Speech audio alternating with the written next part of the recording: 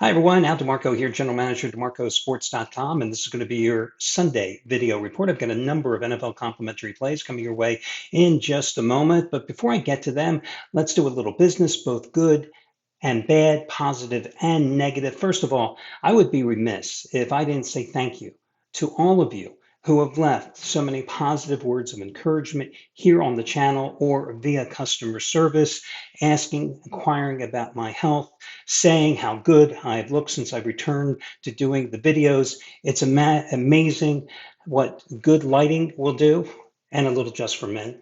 But thank you. I do appreciate it. I never could have taken the time to respond to you all personally, but I do appreciate it.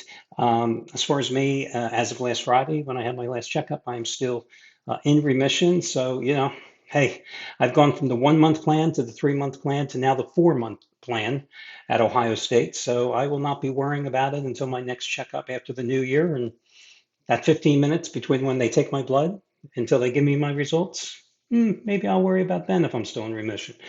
Many of you have also inquired because I told you that my wife was having some medical issues as well. The good news is they ruled out multiple myeloma, um, but she has seen a nephrologist, a pulmonologist, still seeing an oncologist, and now we have a hepatologist, which is a liver doctor, coming up. And there's still one little wacky blood test result. So you kind of knock out one thing at a time and keep going. Feels great, but just one little blood chemistry result, which just isn't quite right. But listen, we had a great summer, and I'd alluded to it before taking the summer off. Went to the United Kingdom. Yuck. Didn't like this trip to the United Kingdom. Been there many times. Left the United States 100 and some degrees. Got to the United Kingdom, Brighton. To those of you that know the southern part of the United Kingdom, Brighton and Bristol and Bath, it was like 62 degrees. It's like, no, I was ready to get back on the plane. I was looking to go anywhere warm. But then left there and went to Switzerland. Never been to Switzerland, and did Switzerland, Zurich and Bern and Lucerne. Beautiful. My God, so damn expensive. Not that I cared, but man, expensive. And then never been to Germany before, but absolutely loved Munich and Frankfurt and Cologne and Heidelberg. And then flew my son and my daughter-in-law over to spend a couple of weeks with us in the Netherlands, which is my favorite country anywhere that I've covered or visited in the world. But anyway, thank you again for all your positive words.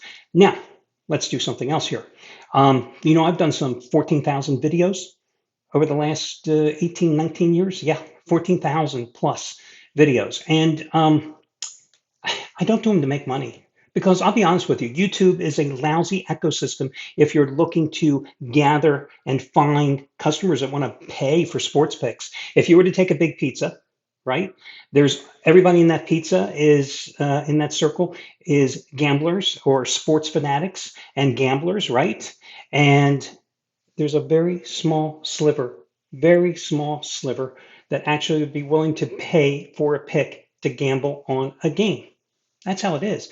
And you will not find them on YouTube. What YouTube is a great place for people to go out and find gamblers. And that's why you find so many videos. Oh my God, there's a zillion videos out there which pumping sports books because sports books are looking for gamblers. And that's why they're promoting their big bonuses and signups and promotions, etc.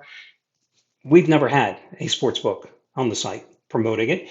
That's why I never mentioned that. Somebody pays me and I like the sports book, I'll be more than happy to promote it, but nobody has.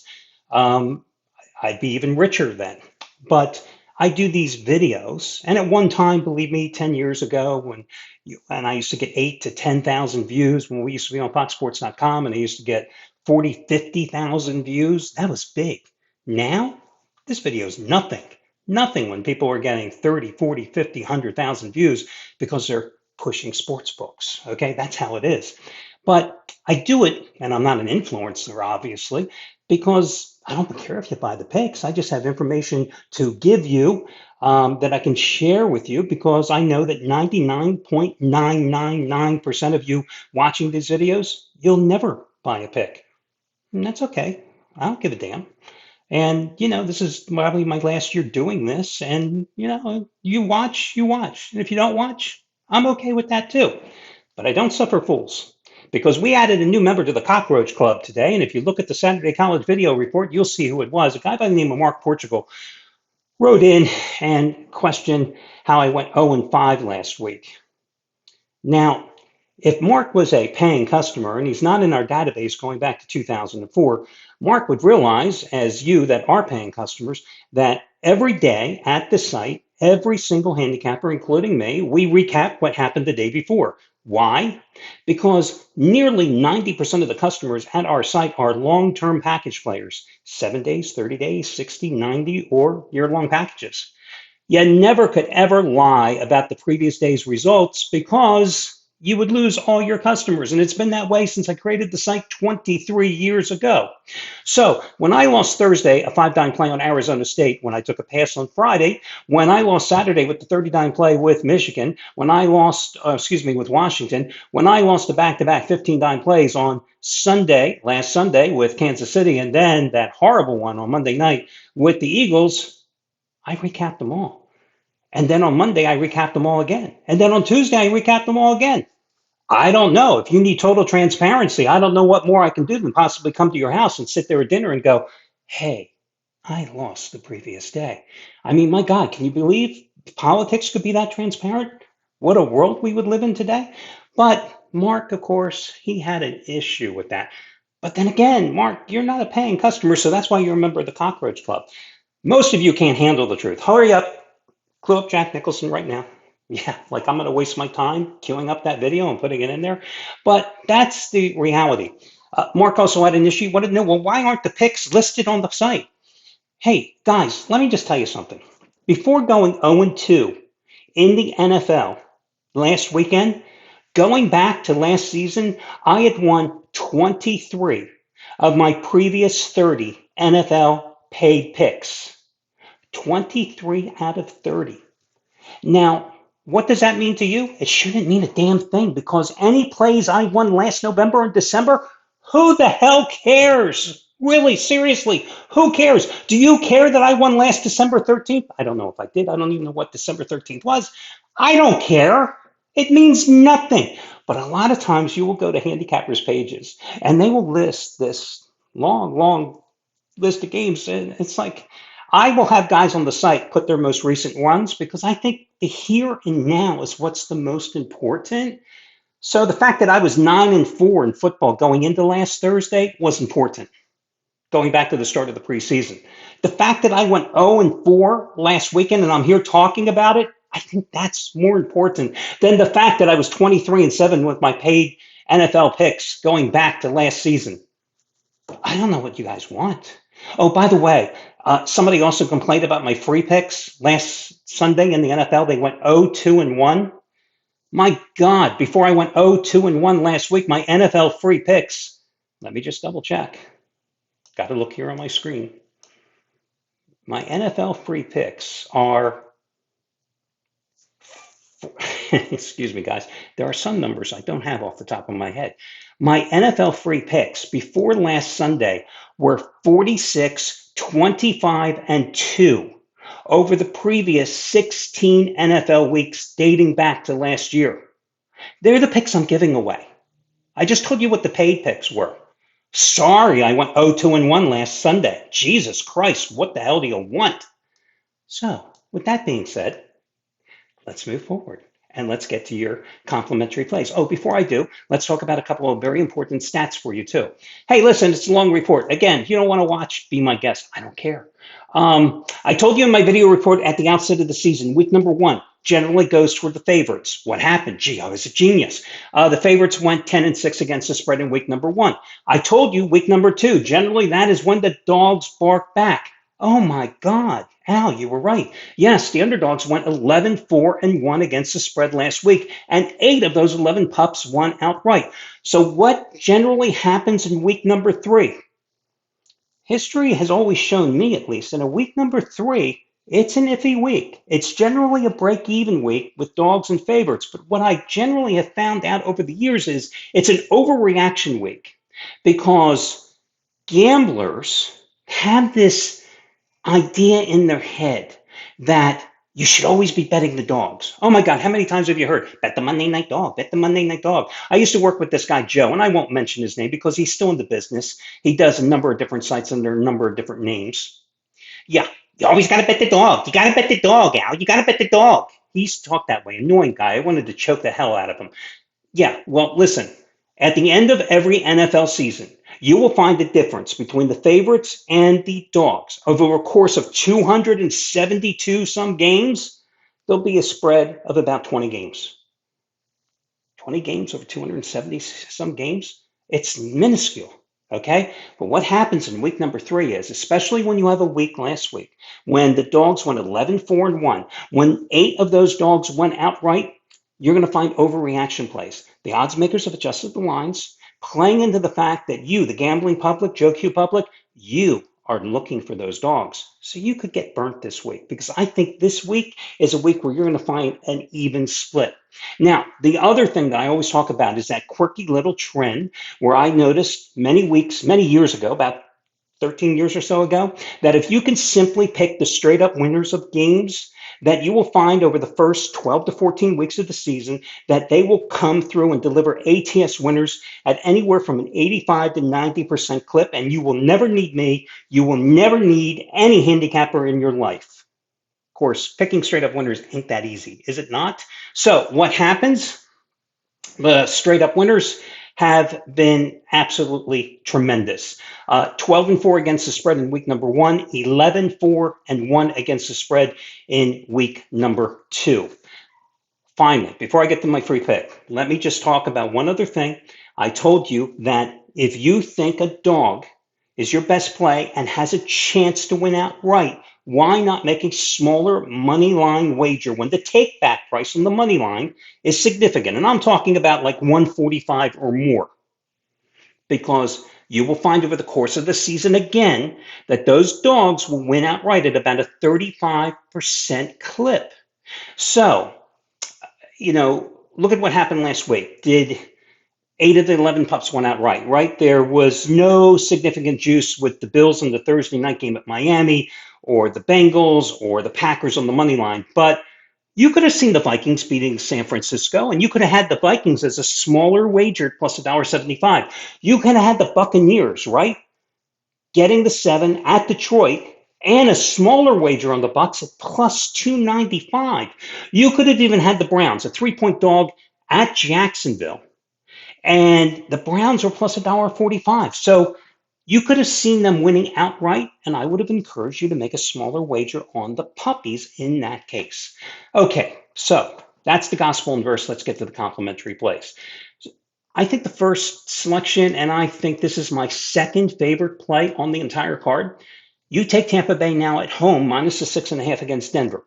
Listen, I love Denver in the preseason. I used the Broncos a couple times as top-rated 15-time plays. I love Bo Nix in the preseason. This ain't the preseason.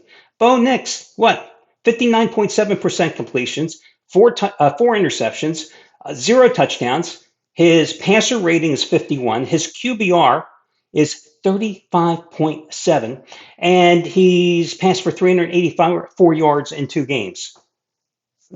He ain't going to get the job done in Tampa. Now, I know Tampa's secondary is injury riddled. They basically had the second unit playing last week at Detroit. And that's why Jared Goff put the ball up, 55 times, completed 34, but only 307 yards, 0 touchdowns, 2 interceptions. I personally, it's amazing that Tampa Bay won that game outright to improve to 2-0 on the season, because they were outgained in that game, 463 to 216. Detroit had 12 more first downs, but they won the game 20-16, and that's all that matters in life, right? Now Tampa's back at home. They're a 6.5-point favorite against the Broncos. The Broncos have done absolutely nothing. They gave up 304 yards in their opener at Seattle. They gave up 251 yards defensively to Pittsburgh last week. The Seahawks and the Steelers are not very good offensive teams.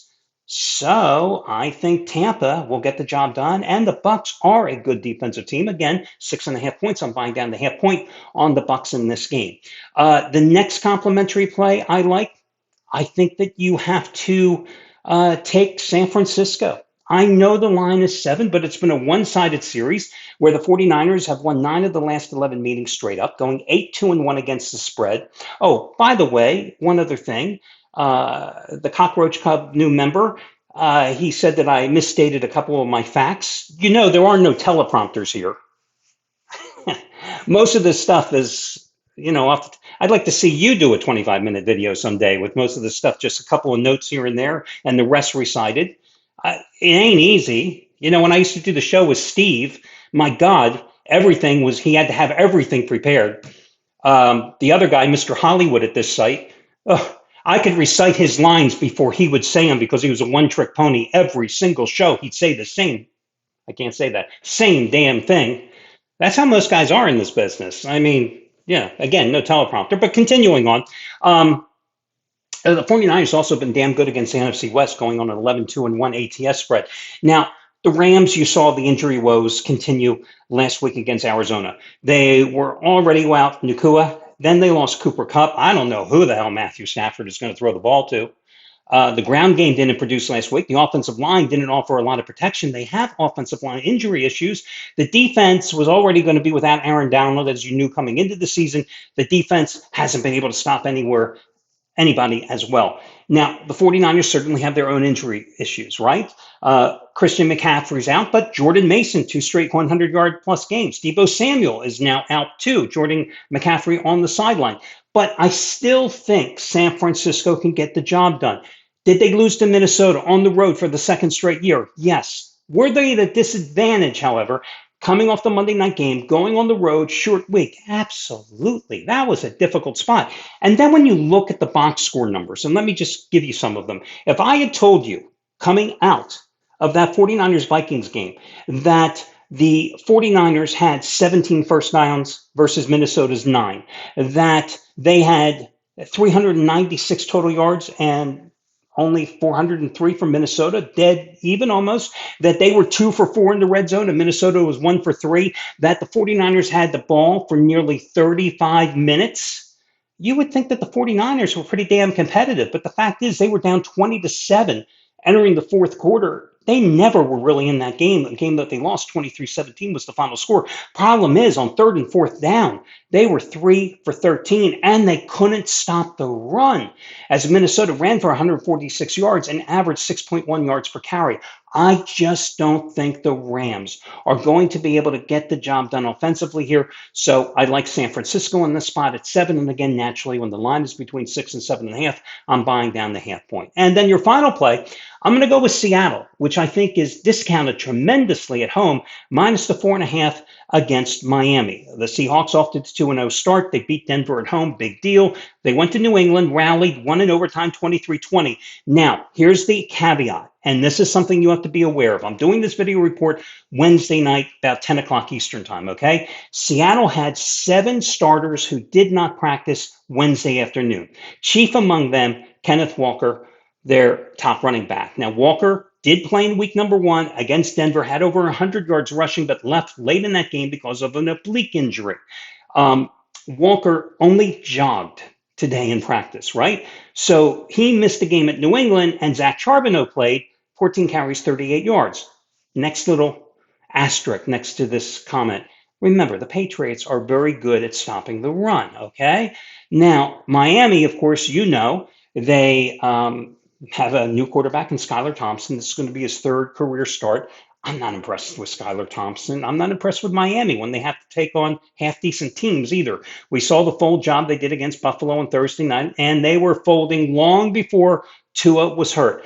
I love the fact how Geno Smith responded at New England, because when the Seahawks couldn't run the ball, Smith put that ball up a career high 44 times, hit 33 passes, and 327 yards. I think that Seattle is a great price at 4.5. If you agree with me, you bet the game now. Because if Walker somehow is declared eligible to play or available to play, if Metcalf is cleared to play, if defensive end Leonard Williams is cleared to play, I think this line goes up. And then you're not going to be buying off 5 or 5.5, right? So that's why I like Seattle in that spot. So again, Tampa Bay by far is my tier number 1 selection. Tier number 2 is going to be San Francisco, and then number 3 is going to be Seattle. So that'll do it, guys, for your video here for Sunday. Wish you well, and again, good luck with your picks, and we will talk to you again next week. Take it easy, guys.